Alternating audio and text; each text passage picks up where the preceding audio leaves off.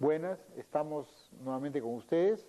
Gracias por la sintonía. Gracias a Pimentel, La Garita, todos los barrios populares de Chiclayo, Pomalca, Tumán, Pucalá, Monsefú, Puerto de Eten, Ciudad Eten.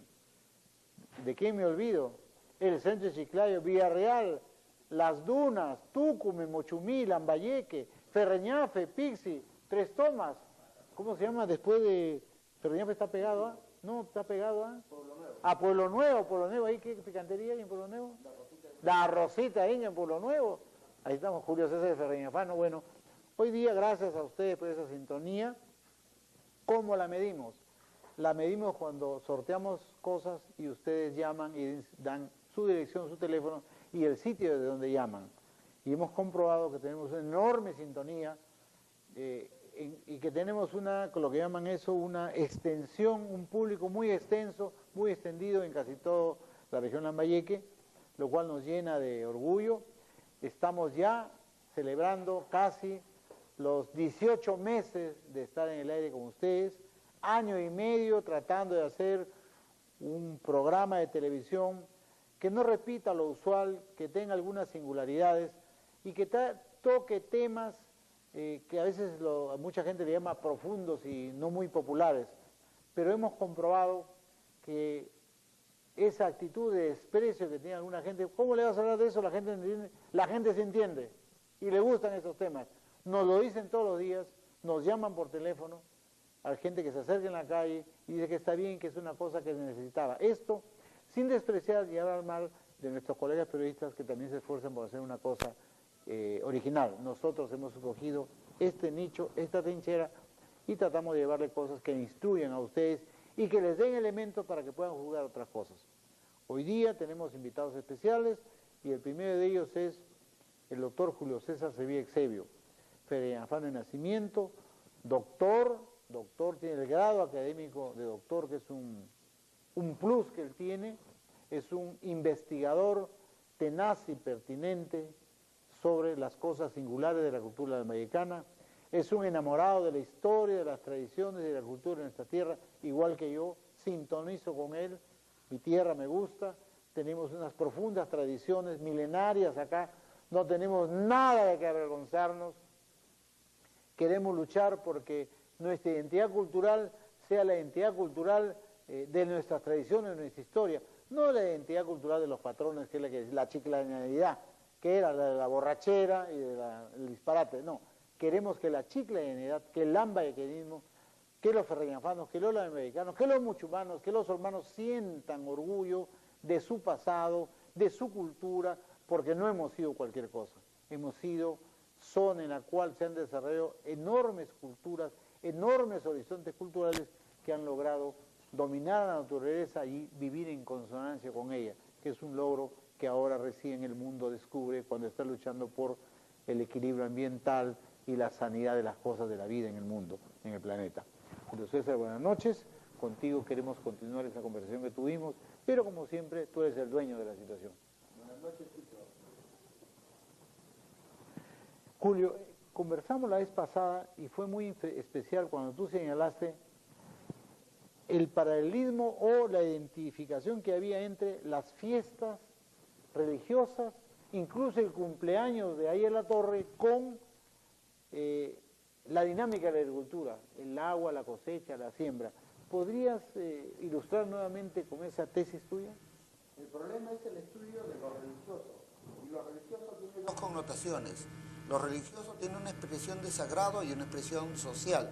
Entonces, cuando lo sagrado implica todo un conjunto de rituales, y este conjunto de rituales están ligados desde los 20.000 años que tiene el hombre en Lambayeque, está ligado a la producción agrícola y ahora está ligado a la producción comercial, pero ambos tienen una ritualidad determinada. Y si esa ritualidad es un hecho social, ya un hecho familiar, entonces se convierte en un movimiento religioso que va a escapar los límites del barrio, va a escapar los límites de la ciudad y se transforma en un elemento colectivo. Por ejemplo, hay mucha ritualidad y hubieron en el pasado dioses que representaban a las aguas. Eran los pájaros, las gaviotas que subían a la sierra, eran dioses que anunciaban cuando subían a la sierra agua. Los caballitos o los caballines cuando se aparecían en el campo eran dioses que anunciaban agua, pero también algunos minerales. La sal, cuando se deshace, es un dios mineral que anuncia agua.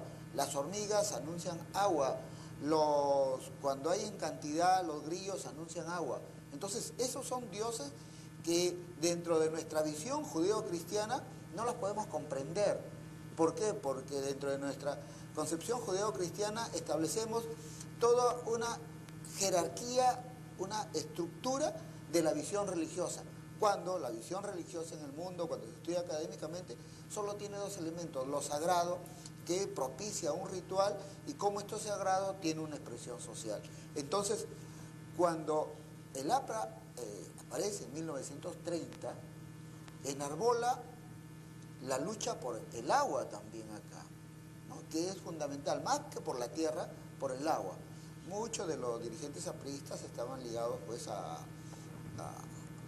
los propietarios de agua, ¿no? Todo el mundo sabe que el ingeniero Vaca Aguinaga fue dueño de la más grande hacienda en San Juan del Licupís, ¿no? Y hasta ahora hay muchas personas que conocen la forma como se llevó la hacienda, etcétera, ¿no? En Chota, por ponerte un ejemplo. Entonces, pero Lambayeque tenía un problema de agua. ¿Por qué? Porque los terratenientes, cuando querían, cogían las compuertas de agua, las cerraban y comenzaban a irrigar las cañas. Y los campesinos medios y pequeños se quedaban sin agua. Entonces, desde 1867 comienzan a darse todo un conjunto de normas que nunca se cumplieron y hay muertos.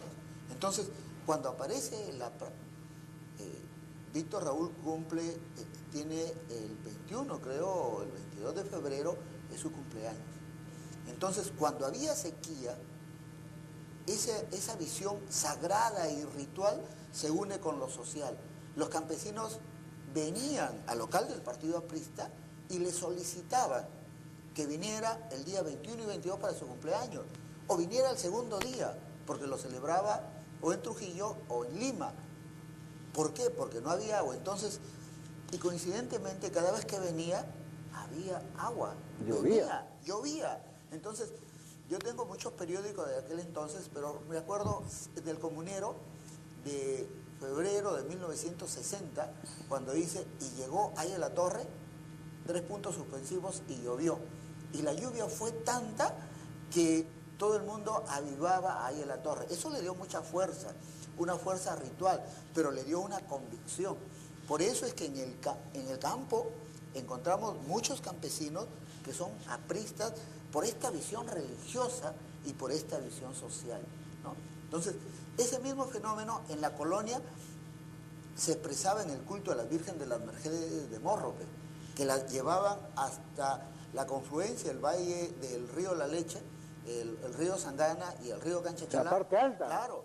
Y ahí, cuando no había agua, desde ahí comenzaba la procesión y la traían. Pero los pacoranos también comienzan a hacer lo mismo. Ahora, esto, rastreado ya, no es un fenómeno nuevo, sino es un fenómeno producto de la continuidad cultural. Podríamos decir que hasta donde tenemos documentos que existen en el archivo departamental, antes de la llegada de los españoles, en 1520, el cacique de Morrope y el cacique de Pacora van a la confluencia del río La Leche y le compran el agua con presentes de sal, ají y telas de algodón, así dicen los títulos. A los penachí. A los penachis, ¿no? Entonces, consecuencia de ello, se establece este proceso de ritualidad. Entonces, ahí hay un fenómeno sagrado y social. Luego, con las imágenes religiosas hay un fenómeno sagrado y social, y con Víctor Raúl, ahí en la torre, también hay un fenómeno sagrado y social, ¿no? Entonces, que se ha mantenido hasta ahora. Y los dioses son dioses de alrededor, son los dioses insectos, los dioses pájaros que comienzan a anunciar el agua. Y eso se traduce en creencias, ¿no? Hasta ahora las personas, cuando cogen la sal, dicen, ah, caray, va a llover. ¿Por qué? Porque la sal se deshace. Lo que no comprenden es que es parte de esa continuidad religiosa que no ha desaparecido, que son las lógicas religiosas prehispánicas diferentes a las lógicas religiosas judeo-cristianas, y se ha producido una imbricación cultural. Mira, es por ello que a mucha gente le extraña que cuando sube al Cerro de Motupe encuentra en la mano izquierda cientos de fotos pegadas. Pelos de perritos, pelos de ovejas, ¿no? Pero además, la única fiesta religiosa que mueve exvotos, es decir, representaciones pequeñas del deseo. Por ejemplo, parejas, corazones, mototaxis, lanchas, etcétera, lo que tú quieras. Ahora, ese fenómeno de exvotos es un fenómeno que aparece hace 2000 años en casi todo el territorio nacional. No sabemos cómo, pero aparecen en los tiahuanacos, aparecen en los nazcas y aparece también en las pequeñas culturas, ¿no? Los ventarrones, etcétera, que estaban acá, Virú. Entonces, mira cómo hay un fenómeno de continuidad cultural religiosa también, donde se presentan los dones o los exvotos con el objeto de tener beneficios para ello. Yo tengo un mototaxi, pongo mi exvoto de mototaxi con el objeto que lo proteja, que tenga trabajo. Tengo a mi hija enferma o quiero que se case, o tengo a mi papá enfermo, ¿no? Entonces llevo la imagen y la entrego. Pero hasta 1970 las madres de familia llevaban a sus hijos o a sus hijas a la cruz de Motupe y la entregaban.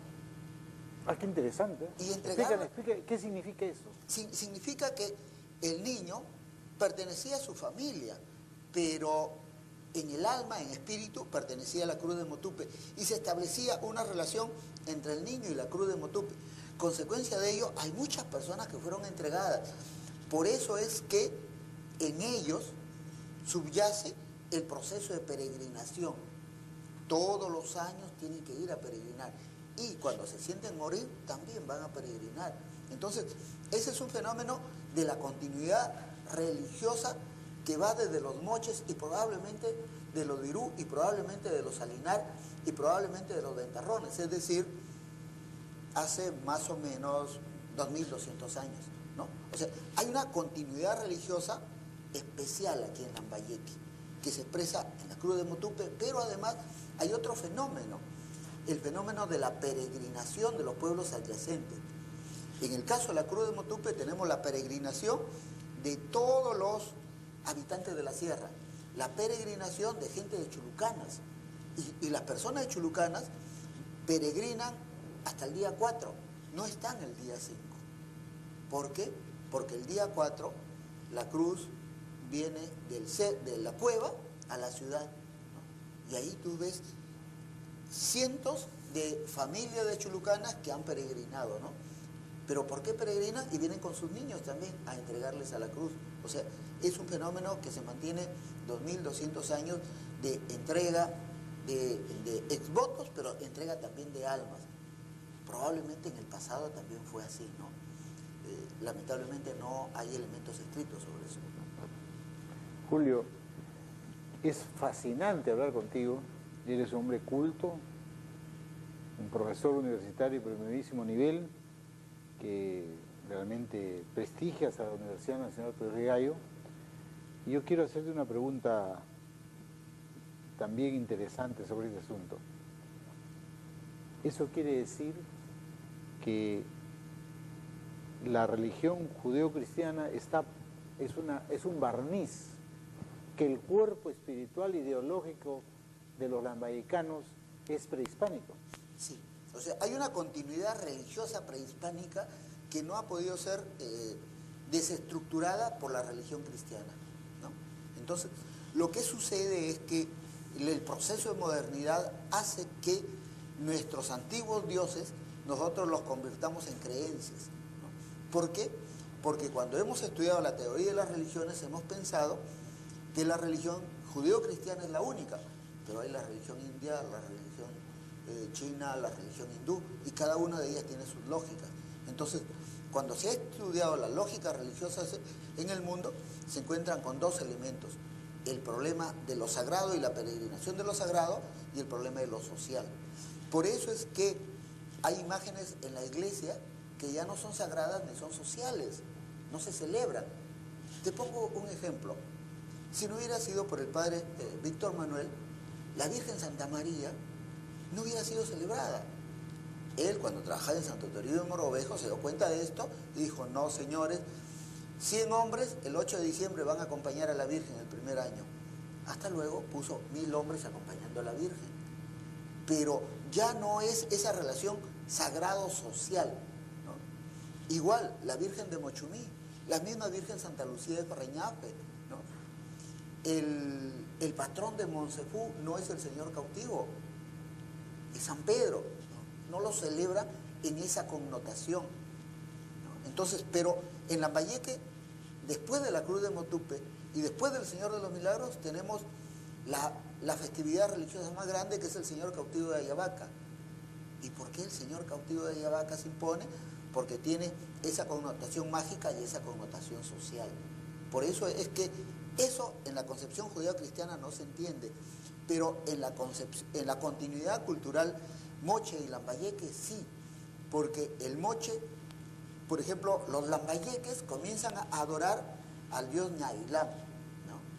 Pero se produce una sequía de 30 años y lo dejan de lado y adoran al puma, y termina cuando son conquistados por los chimus adorando al puma, ¿no?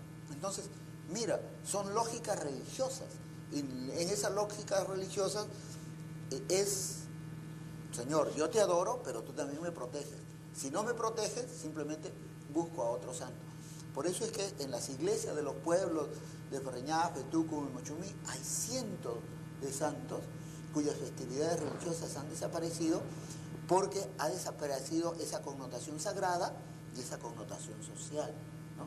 Entonces, en los partidos políticos también desaparece esa connotación sagrada del liderazgo y desaparece esa connotación social, ¿no? Y aparece la modernidad. O sea que en lo político el líder sería una especie de chamán, un hombre que los conecta con los dioses, con lo espiritual, que resuelve problemas. Dentro de la concepción tradicional es eso, es un hombre que es el intermediario entre el gran señor, entre el gobierno y la sociedad, ¿no? Por eso es importante. Por eso es que los liderazgos campesinos tradicionales existen. En todo Lambayeque hay muchos líderes tradicionales que se encargan de esto y son los que organizan la sociedad. Lamentablemente a veces no son captados por los partidos políticos. Interesante. Julio, siempre es un placer hablar contigo, realmente sorprendente la forma como tú tratas las cosas, y esto abona a este proceso iniciado hace algunos años de reconstruir nuestra historia, de engancharnos con nuestras reales tradiciones y poder así, como producto final, que siempre estará en elaboración, una real y verdadera identidad lambayecana, que es lo que necesitamos para ser un pueblo fuerte, porque en este país de economía escasa siempre los intereses regionales son mutuamente excluyentes, porque no hay para todos.